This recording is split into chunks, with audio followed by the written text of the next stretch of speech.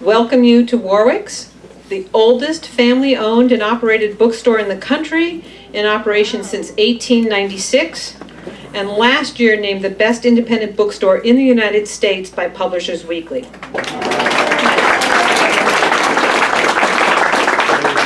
We would love it if you followed Warwick's on social media, go to our website, sign up for emails, and come to more events. We have between 150 and 200 author events a year in the store and around the county, so we'd love to have you join us. But tonight, I really want to welcome the New York Times best-selling author Becky Aikman as she discusses and signs her recently published book, Spitfires, the American Women Who Flew in the Face of Danger During World War II.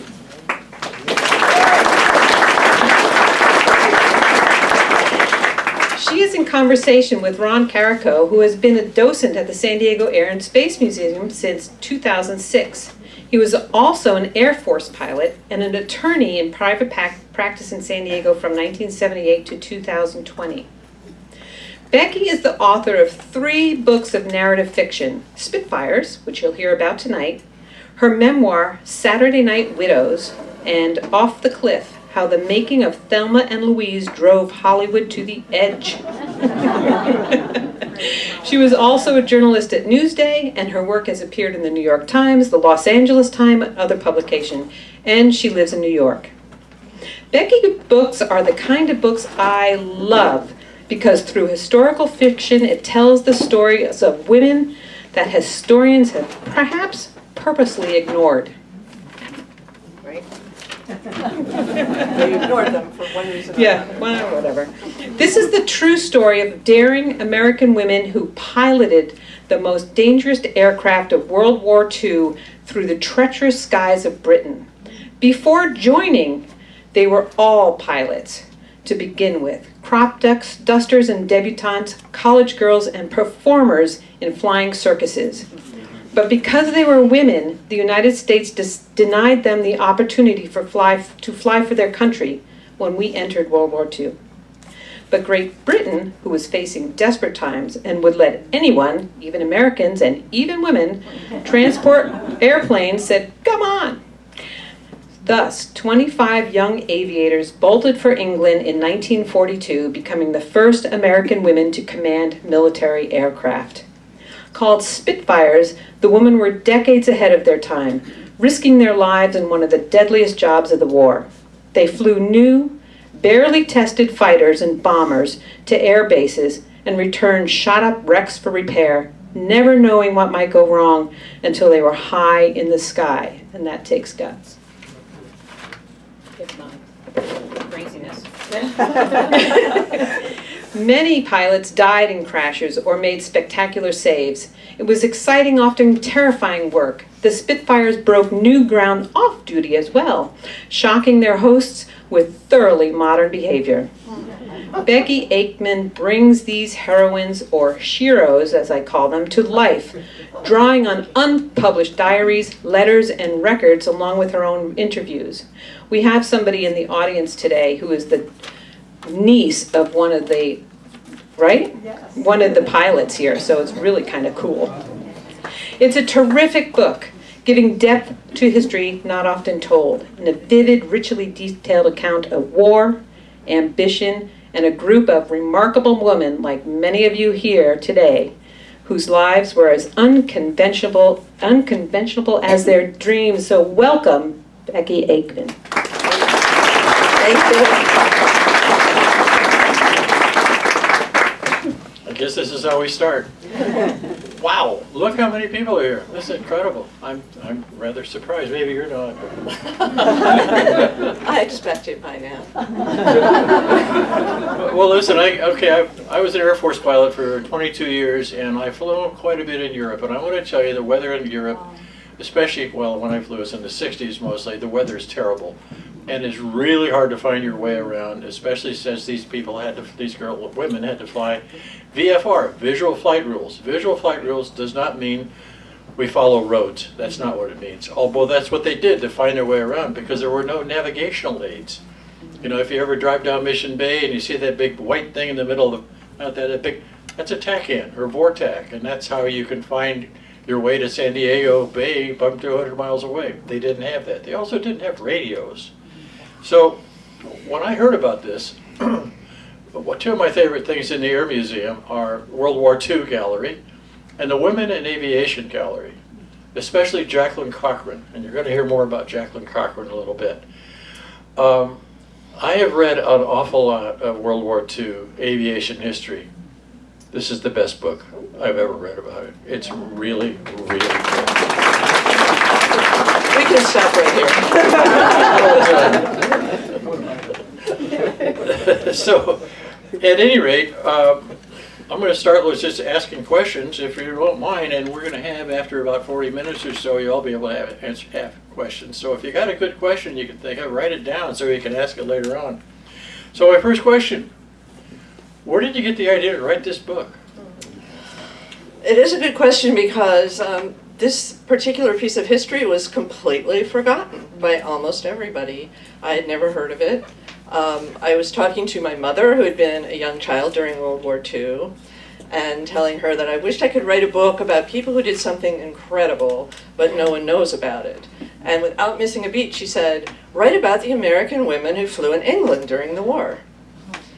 I had never heard of this, so I started Googling and trying to find out, and I couldn't find out anything about it. So I went back to her and said, are you sure you aren't mistaken? Are you thinking maybe of the WASP or something like that? And she said, no, I remember it distinctly. They were so noble and glamorous. I wished I could do what they did. So I thought, this is a worthy story. And I eventually found out that there was this organization in Great Britain that would accept pilots from around the world and would accept women. And I contacted a tiny little museum there that is the museum for that organization, the Air Transport Auxiliary, called the ATA. I spoke to the head of that museum. He confirmed that they had American women and gave me some names. And he said, I hope you don't plan to fictionalize this, because nothing could be as exciting and glamorous as the reality. So I knew this was going to be good. And I set about right away trying to track down information about these women. Since they'd been forgotten and weren't famous, there was no logical place to look for it. There were a few museums that had some of their papers. And luckily, the very first place I went was the San Diego Air and Space Museum, because I saw that one of the pilots, named Mary Zerbel, had donated her papers there. I went to see them, and the librarian said, I don't know if anyone's ever looked at this before. I looked through it and saw she led an amazing life. She was very famous even before the war as the youngest woman flying instructor in the United States at only the age of 19. And she was very famous during the war because she and her fiance were the first American people serving in the war to marry in the war zone. And it was covered around the world. She was so well known throughout her early life that there was a movie made of her life starring Lana Turner. I thought, how have I never heard of this person? I got to the last page of the file in the museum, and there was her obituary. It was only 3 sentences long in a small town newspaper, and it didn't even mention she knew how to fly. So that was the moment when I vowed somebody had to bring this story back to life, and it looked like it would have to be me. So how did they qualify? What did they have to do to qualify to be the pilots? And how were they contracted to apply? The famous Jacqueline Cochran, who's already been mentioned here, she was a very famous woman aviator. She set many records, won many air races, was very highly placed and a friend of the Roosevelts. She wanted to start a flying force for women at the outset of the war. The U.S. still hadn't entered, but the U.S. military said no. But she knew about the British ATA, and she decided to find a group of American women and lead them over there. She contacted women who had more than 300 hours flying experience, sent them telegrams inviting them. This arrived out of the blue for these women. It was like a dream come true. She promised they could fly all the most advanced aircraft in the world, they would be paid, they would be in the war. They all said, sign me up. They had to go to Montreal to get a flight test with the Canadian Royal Air Force facilities there. They had to fly something called a Harvard AT-6, which was a big, loud, very powerful fighter trainer. Now, most of them had only ever flown little things like Piper Cubs that went 60 miles an hour. Suddenly they were in this super fast, super powerful, high horsepower fighter full of all kinds of gadgets and gizmos they had never heard of. It had flaps for the wings. They'd never done that before. They had a few hours to get familiar with it, and then they had to pass a flight test. This was the perfect introduction to the ATA, because the job in the ATA was to fly anything they threw at you with very little training. So somebody who could pass this flight test was the perfect person to be accepted in this job. The thing with those in the Air Force, they call it the T6, and then the Navy calls it the SNJ. And an odd thing about it, it had so much torque and what they call propeller. I can't remember. But anyway, it takes a tremendous amount of right rudder, and you have to be pretty darn strong to push that rudder in. I've only flown one airplane like that. Anyway, so now they trained. They all didn't go over at the same time, though, did they? Right. They decided to divide up. There were 25 women who were accepted. They divided them up so that they wouldn't all be lost at once if the ship they were on was sunk. Because at that time, beginning of 1942, very high percentage of the ships that went across the North Atlantic were sunk by submarines or German bombers. So they divided them into groups of 5 or 6. The first group went in March, and the final group went in August. So they were spread out over that time, and they traveled on cargo ships primarily that had never had women on board before. So that in itself was a pretty wild adventure. Is that in the book? Oh yes, it's in the book.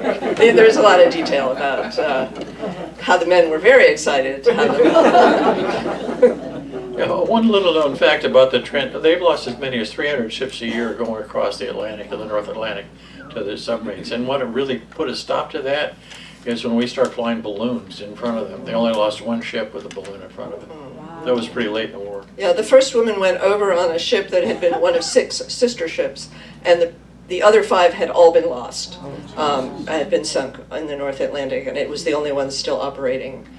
So how many total pilots were there in the ATA, and how many of them were women?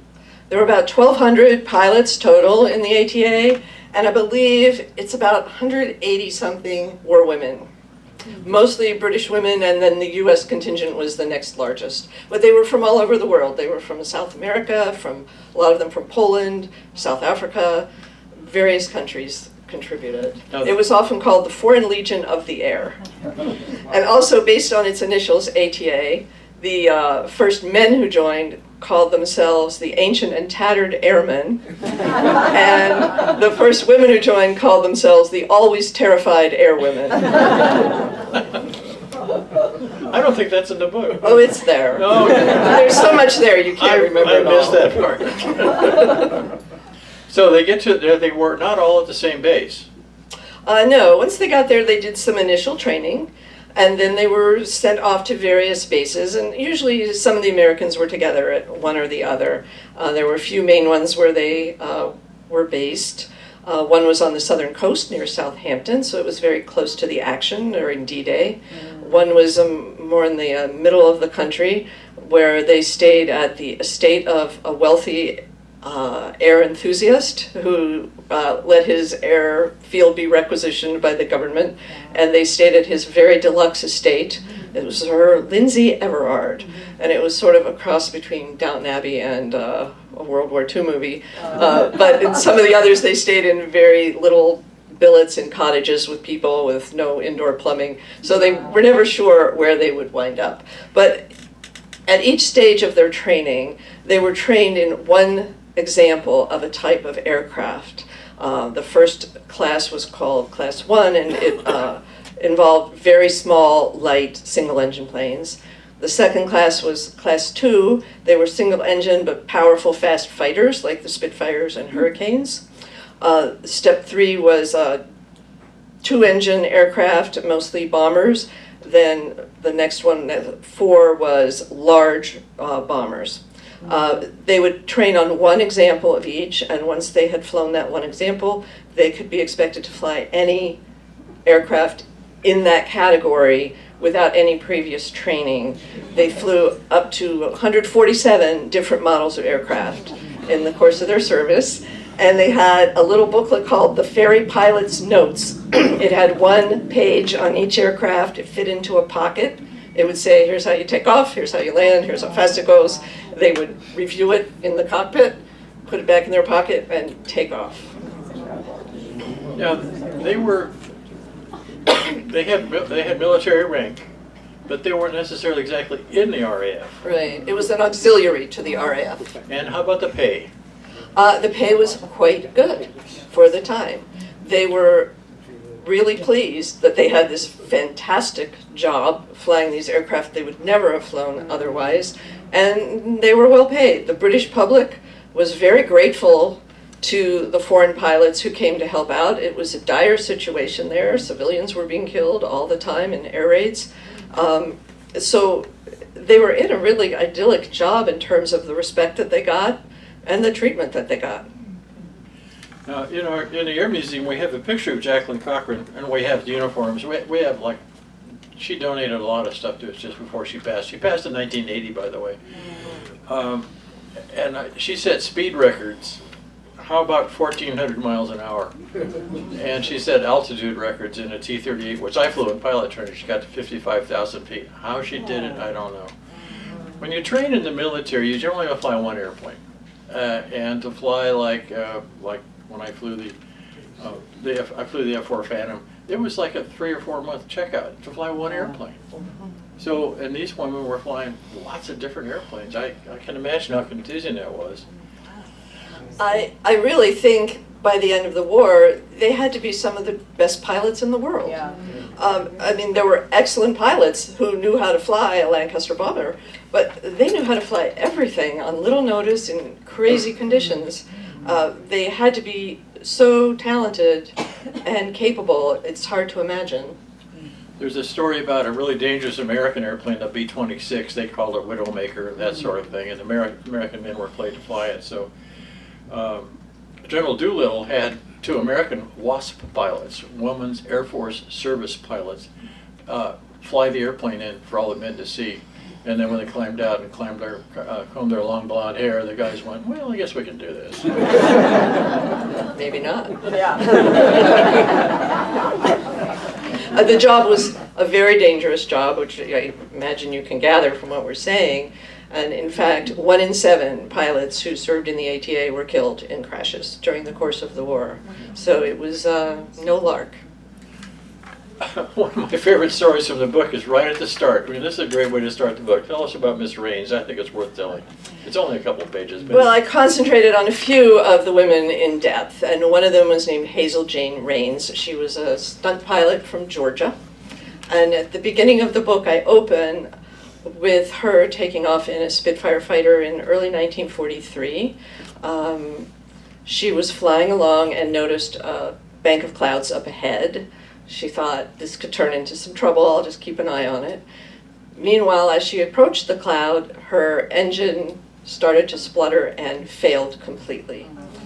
At that point, she realized she would have to try to find a place to land on the ground. She had seen a place that she had passed that maybe would be flat enough to serve this purpose, so she began to turn to try to get there with no power. At that moment, she did enter the cloud. She was already in a turn. She had no orientation. This is one of the, well, both things are one of the worst things that can happen to you, to lose your engine, and to now be in a cloud sideways, unable to judge up from down, left from right. And she wound up in the situation that will often happen in these circumstances, which was she went into a spin, heading straight for the ground. She knew her only chance to be saved was if she got out of the clouds high enough still to be able to somehow straighten out the aircraft. Now, what many people wouldn't have known about her was that she was a stunt pilot in Georgia, and in air shows, she used to perform loops and spins, where she would spin close to the ground while the audience would scream in terror until she saved herself at the last minute. So if somebody had to be in this situation, she was the right one. When she got out of the cloud, she knew she was too low to save herself, but she did straighten out the Spitfire somewhat, to the point that she crashed sort of horizontally into the roof of a cottage in a small village. It happened that this cottage had a thatched roof, which was 3 feet thick of hay, and it cushioned the crash just enough to save her life. The Spitfire itself was completely demolished. People in the town came to dig the dead man out, as they described it later. They pried open the cockpit, up popped this person, very much alive, who said, "London, guard that plane," which was what they were required to say in these circumstances. I'm not sure why. They all were completely shocked. First, the pilot was alive. Second, the pilot was a woman. And third, the pilot was clearly an American woman. She was bleeding profusely from the head, but she was alive and came back to fly again, although I would think many pilots would say, "I've had it" after that one. That was a very good example in one instance of what could go wrong in these circumstances and what kinds of mettle these pilots had to have to save themselves in these conditions. Now let's compare the ATA with the WASP, Women's Air Force Service Pilot.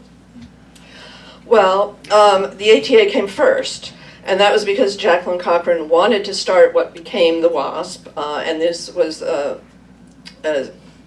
semi-military organization that ferried aircraft throughout the United States. It never went abroad the way the ATA did. When she couldn't get the US military to start a women's flying force, she went to England specifically to try to prove that the women could do it. So during her time there, she wasn't very popular with the British. They really wanted her to fly, and she wanted to spend her time documenting and doing research and lobbying American officials to say, "Look how these women are doing, let's start what became the WASP." So she was only there through September of 1942 when she went back and they did start the WASP. So they were similar organizations, different experience for the women in each. In England, the women in the ATA were treated really well and highly regarded. The WASPs always had to face a fair amount of public criticism of women flying at all, and the organization was actually ended in 1944 when the war was still on because of public opposition to women pilots. So it was, some of the Americans who were in England did come back to join the WASP when it formed, and then they were out of a job after a while. But most of those who were in England decided to stay. They liked being in the center of the action. They liked that it was a more seat-of-the-pants operation where they could do what they wanted and be close to the war. So most of those who stayed were happy that they did. Yeah, the American women in the WASP were not treated very well. They were summarily fired on December the 20th, 1944. The reason why is they had a lot of American men coming back that needed jobs, I guess. They just flat fired them. Didn't even pay for their freight home. If you can get a ride on an airplane, we'll do it. You know, you can jump on an airplane. They made them turn their uniforms. And the uniforms were actually designed by Jacqueline Cochran. And somehow we have one at the Air Museum. I don't know how that happened. But one of our docents said, well, she handed it to me at the museum one day. They're beautiful uniforms too. The ATA uniforms were beautiful too, very chic. Yeah, very chic. Describe the uniforms, they're really neat. Well, they were made by tailors in London, custom made, and they were made out of beautiful wool, and there was a jacket and a skirt and a pair of pants. The jackets had a belt, so it was very flattering to a woman's figure. And at first, when women started to fly in the ATA, they were told that they had to wear their skirts while flying, which proved to be pretty awkward, climbing in and out of aircraft. So then they decided, all right, we will allow them to wear the pants to fly the planes. But they had to change into the skirts once they got on the ground. And famously, there was an officers' club that had a sign at the door that said, "Women must remove their trousers upon entry." Eventually, that was sort of just forgotten, and people wore what they wanted. So there was of the women that were there, how many actually, of the 25 that started, how many actually finished in November of 45? There were 8 who were still serving when the war ended, which was May of 45.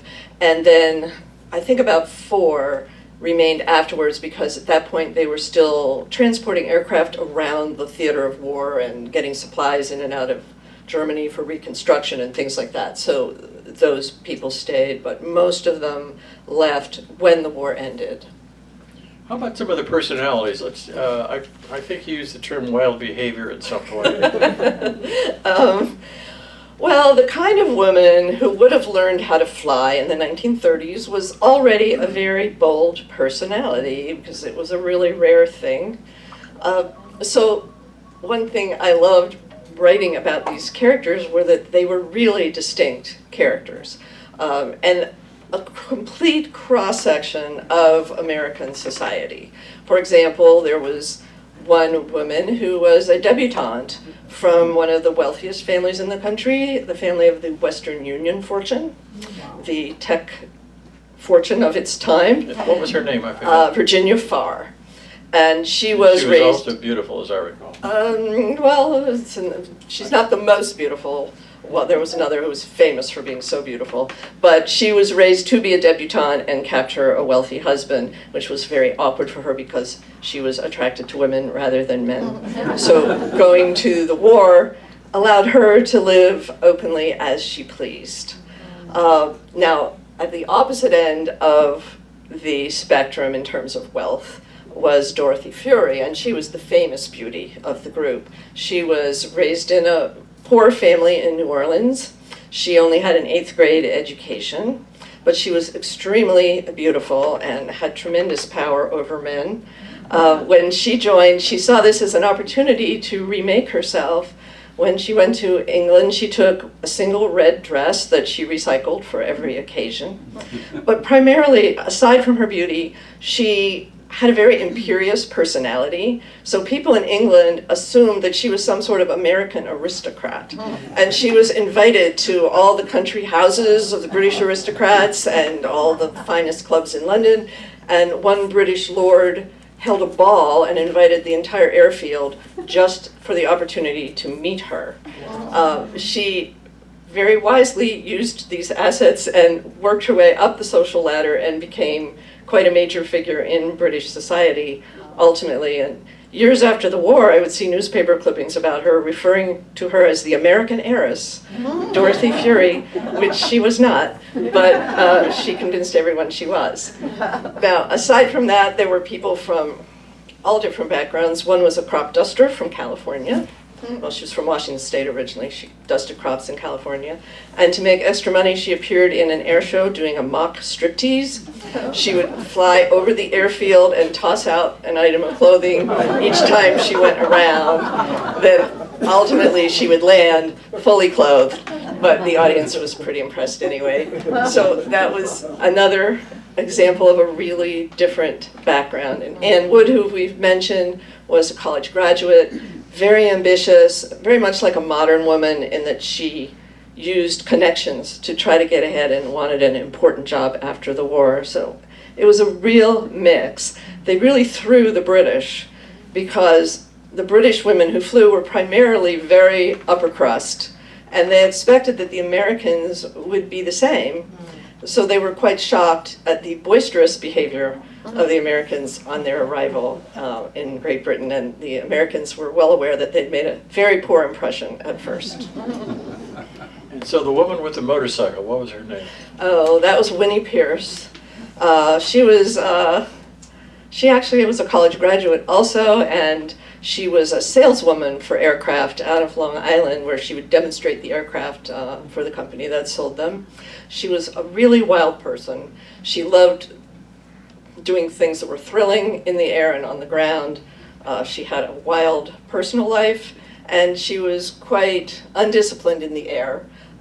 She broke the rules regularly and did what she pleased. The British were particularly displeased with her. But very early in her service, only I think the 3rd time she ever flew a Hurricane fighter, she took off from the factory where it had been manufactured, and on takeoff the engine failed.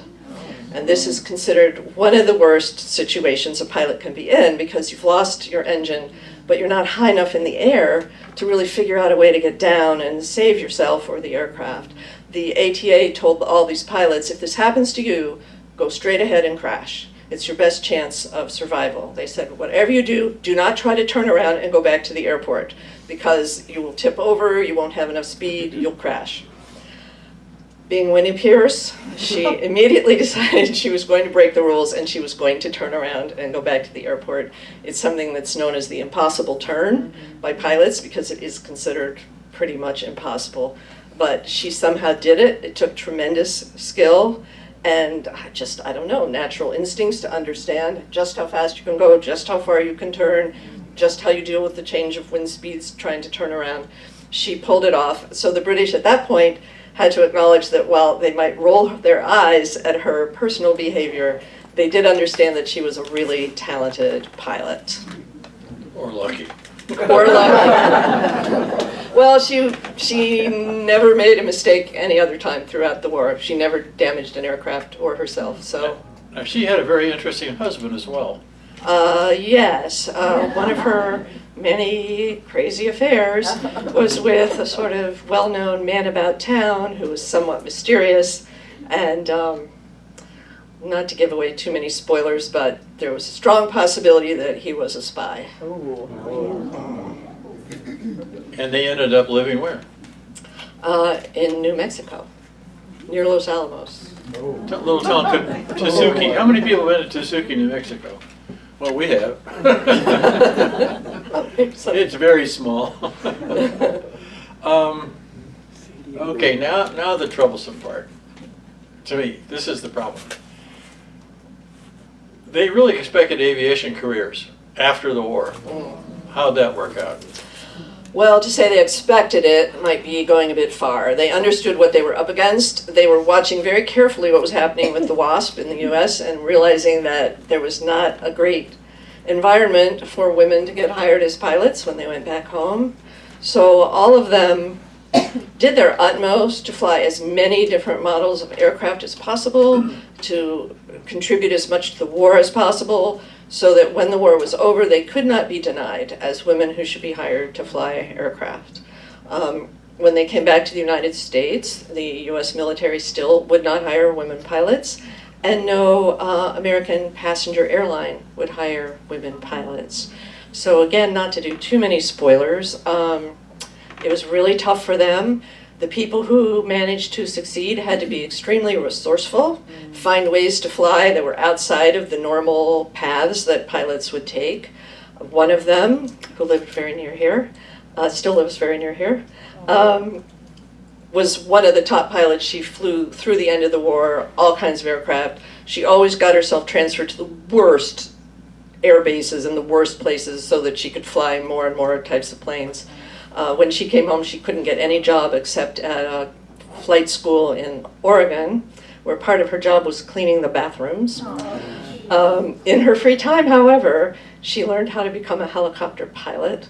She became only the second woman in the United States to become a certified commercial helicopter pilot. She went to Alaska and started the first Alaska helicopter charter company, which became extremely successful. So she turned out to have a great career. Another of the women, along with her husband, started a company, a private company, kind of like the ATA, where they would pick up some dicey aircraft in Thailand that somebody wanted to buy in Brazil and get it to them. That was also a kind of crazy and scary job, but that was successful, and one of the women became the first woman vice president of a major US airline. And one of them rose pretty high in the Air Force, although never allowed to fly. So they found their way, a lot of them, because as you've gathered by now, these were some pretty resourceful women, and they did find ways to succeed, just not as well as they deserved to, in my opinion. Now they got together again in 1979. Yeah. I think that's really interesting. Yeah, they were really independent people, and they didn't get together much, but in 1979, the remaining crew did reunite in New Mexico, and by that time... Probably having margaritas there. So. I'm sure they did. Winnie Pierce was the hostess. they had come to understand that what they had done was really trailblazing. They realized nobody besides them knew it, but they did understand that, and they all said that at the time, during the war, they never really thought they were doing this for women. They were doing it for the free world, they were doing it for themselves, but they realized that they had been the first to take so many steps that it took decades for other women to be allowed to make. So it was a bittersweet moment. They could get together and celebrate themselves, but they deserved a bigger celebration than that, which I'm hoping they are going to get now. So one more thing I should add about the WASP. When they were all fired from the military, there was no reference again ever about them anywhere. And in 1977, Barry Goldwater introduced a bill to Congress, which was finally signed to allow them to be access to be in the military and recognized as such and get military benefits for the WASP pilots. I don't know if I can't remember if there was any money involved in it or what, but I think we're running close on time. I bet there's a lot of questions, but I got one more thing. One of the coolest part of the book I thought was the end of the book, a reference to a meeting at an airport where one of the people had been in Paris. I think this is a great story because it brings in there's a big star in women's aviation as far as I'm concerned. Well, toward the end of the war, all the women were trying to maneuver somehow to get work. And one of them who had formed so many connections she thought would come through for her, none of them were coming through. And in desperation, she made a phone call to one last person. That person said, "I'm in Paris now, I'm flying over, I'll be in London, meet me at the airport." It was Jacqueline Cochran. And she managed to find a tremendous job for this person and got it done, despite many other people who you would have thought would have helped her and did not. So Jacqueline Cochran kept appearing throughout this story. So what was the first year an American airline had a female pilot? Oh, yeah. It's in the end of the book. I think it's 73. I was going to say 73, and then I thought, am I remembering it wrong? Yeah, 73. If you remember it, that's what it is. And the first Air Force or Navy fighter pilot, female. It's also in the end of the book. Do you remember? You remember. I think it was about 80, about 1990 or so. I actually met her. I was going to say 93. 92. Wow. Yeah, 92. sounds She good. was an underclassman of mine. Wow. Thank you. Awesome. Okay, 92. That sounds about right to me.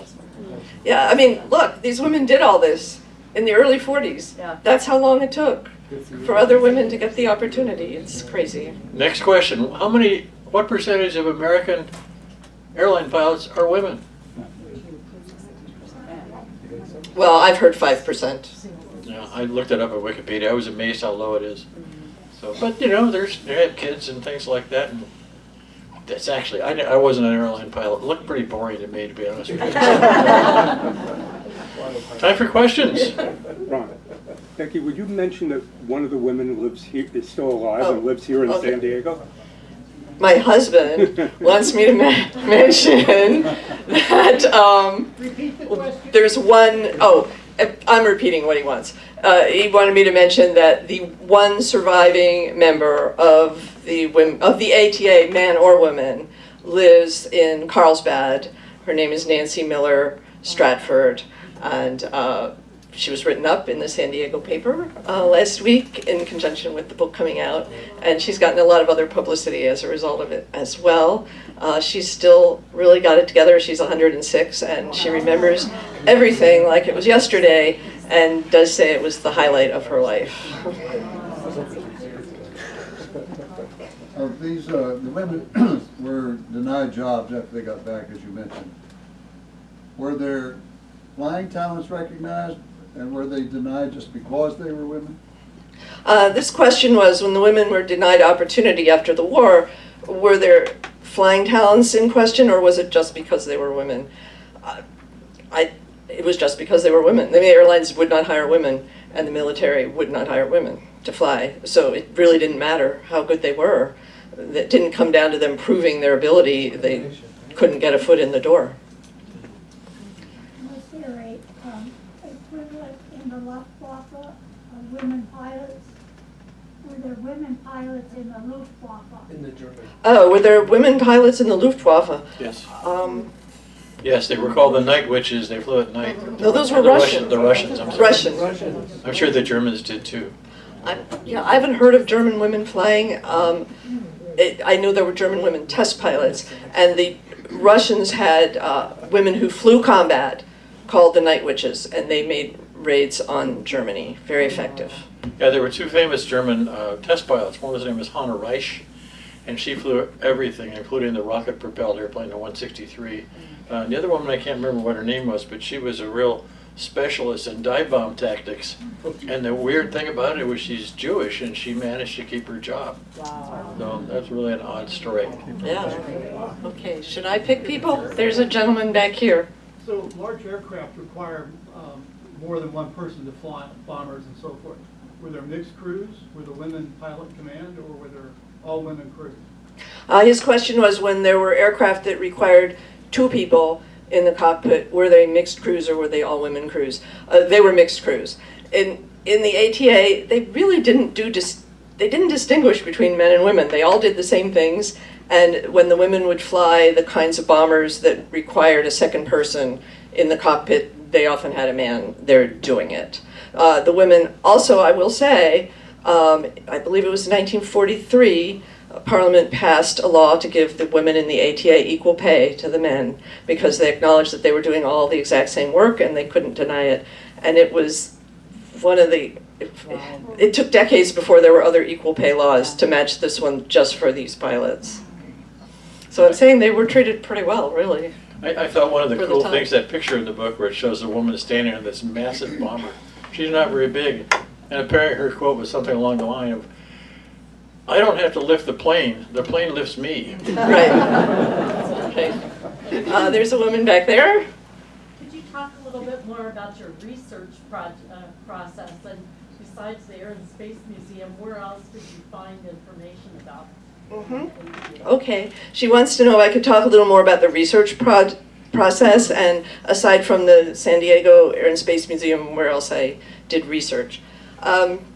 There were only a couple of the women who had enough foresight to donate their papers to archives and institutions. One of them was Ann Wood, the college graduate. She had fantastic diaries and letters that she donated to the Stanford, the Hoover Institution at Stanford. So I got her information there. It was during COVID and the library was closed, so they would only give me so much at once. And there was one period when I only had the letters up to a certain point, and the man she had fallen in love with had just been shot down, and I didn't know what happened to him. And I was not eligible to get more papers for another 6 months. So I was actually pretty surprised at what happened when I found out, but it was killing me. So I could do that. And other than that, they were not famous enough to have information in museums. So I tracked down the families of these women. It was really hard to do. I found out if they had nieces or nephews or children, what their names were, and I would try to locate them. I had to find someone named Ann Smith.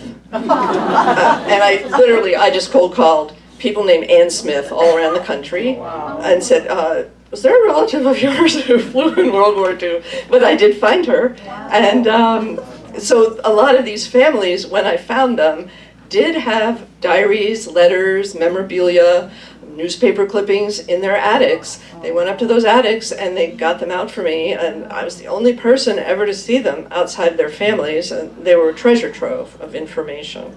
I also went to Great Britain. The RAF Museum had the personnel records of all of the women, and Susie Glass, who's here, whose aunt was in the ATA. It's an example tonight. I gave her a copy of those records, which showed all of the dangerous situations she had been in. She was in 6 different crashes where aircraft failed, and each time she made it out alive and with the aircraft intact. So she was a really talented person. So I did that for each of the women, and I traveled around England to see where they had been so I could describe it. And I'm probably leaving out things that I did, but it was a lot of work because they weren't already known, but it was a wonderful payoff because here's this story that I pretty much had to myself. So it was a lot of fun to do it. I loved it. Yes, sir.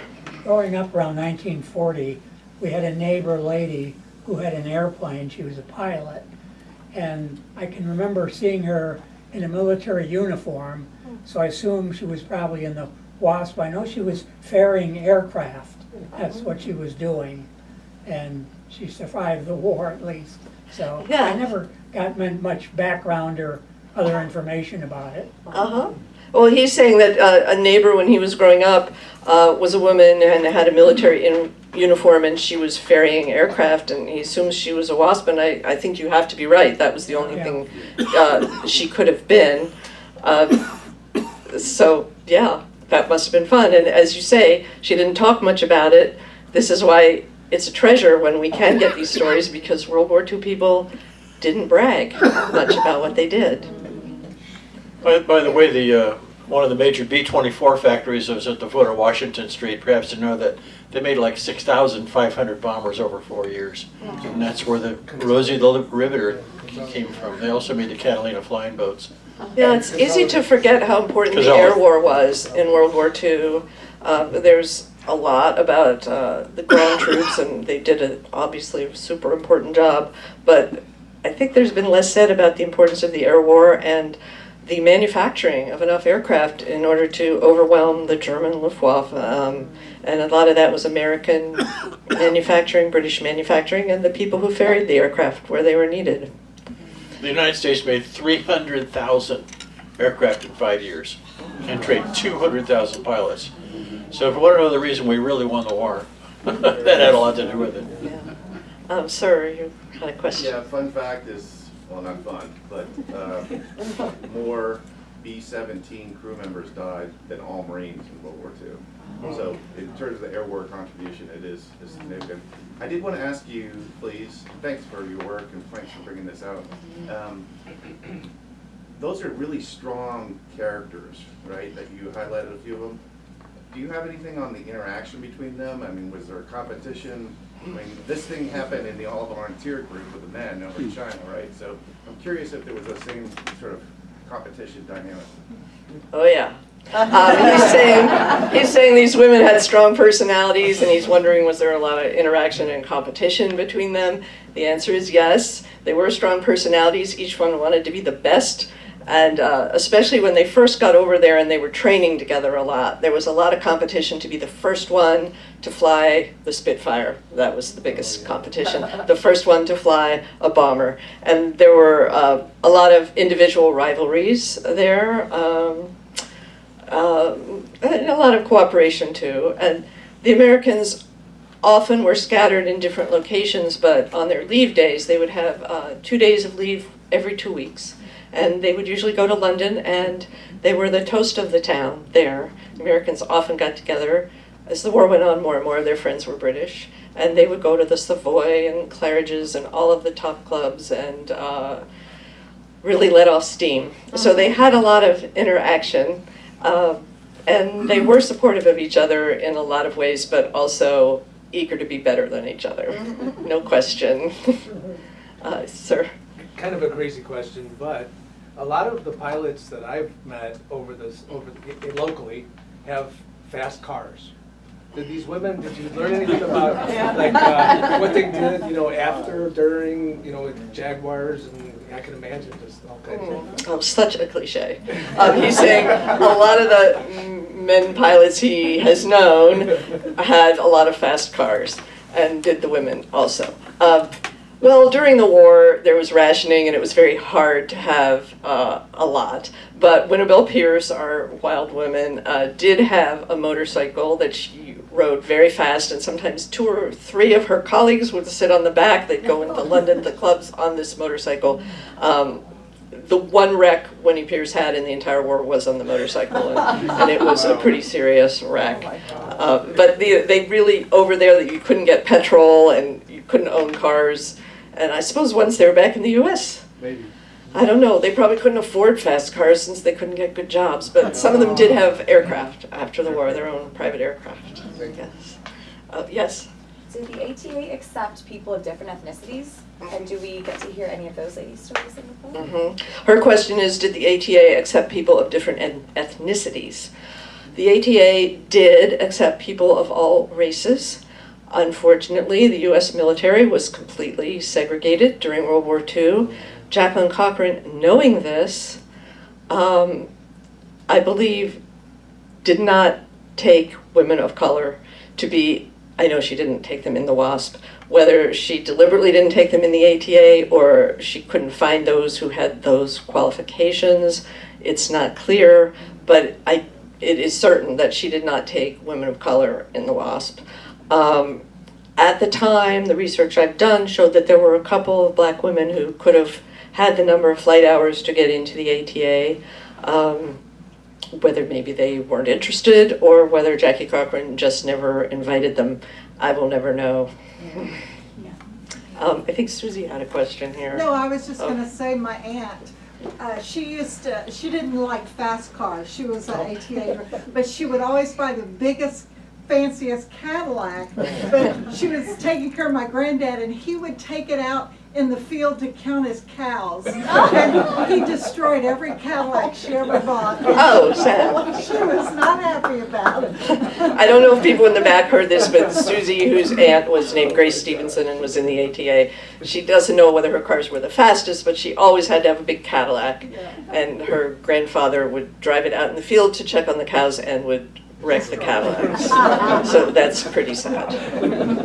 So if I could say something about Jacqueline Cochran, she actually tried to get 13 women to train as astronauts, and they passed all the physical things that they had to do, and the Air Force and NASA wouldn't accept them.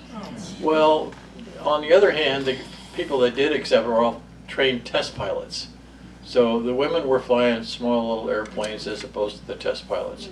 And I think one of the women that went up recently in one of the rockets was one of those women that had been theoretically qualified for that. With Jackie?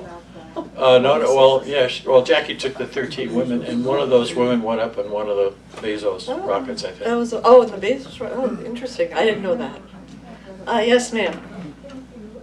With all your excellent research, finding the families and the material they had, is there a possibility that could all be collected and sent to the Air and Space Museum? Would families be open to that, or did you already ask them? She's asking, with all the research that I did, and is there talk of some of this material from the families being donated to museums? And yes, the families are all talking about it now and deciding what they should do, and I'm urging them to do it. So that other researchers have access to it. Right now I've got it all. And I'm involved with the museum, but obviously I know that we have a tremendous archive. When people have personal stories of their aunt or their uncle or father that came in and has a bunch of archives, they donate to the museum. What we typically do is we digitize them and give the original copies back. If I can add one story, a few years ago someone came in and they had a box full of medals and ribbons and a picture of a guy named Stan Anderson.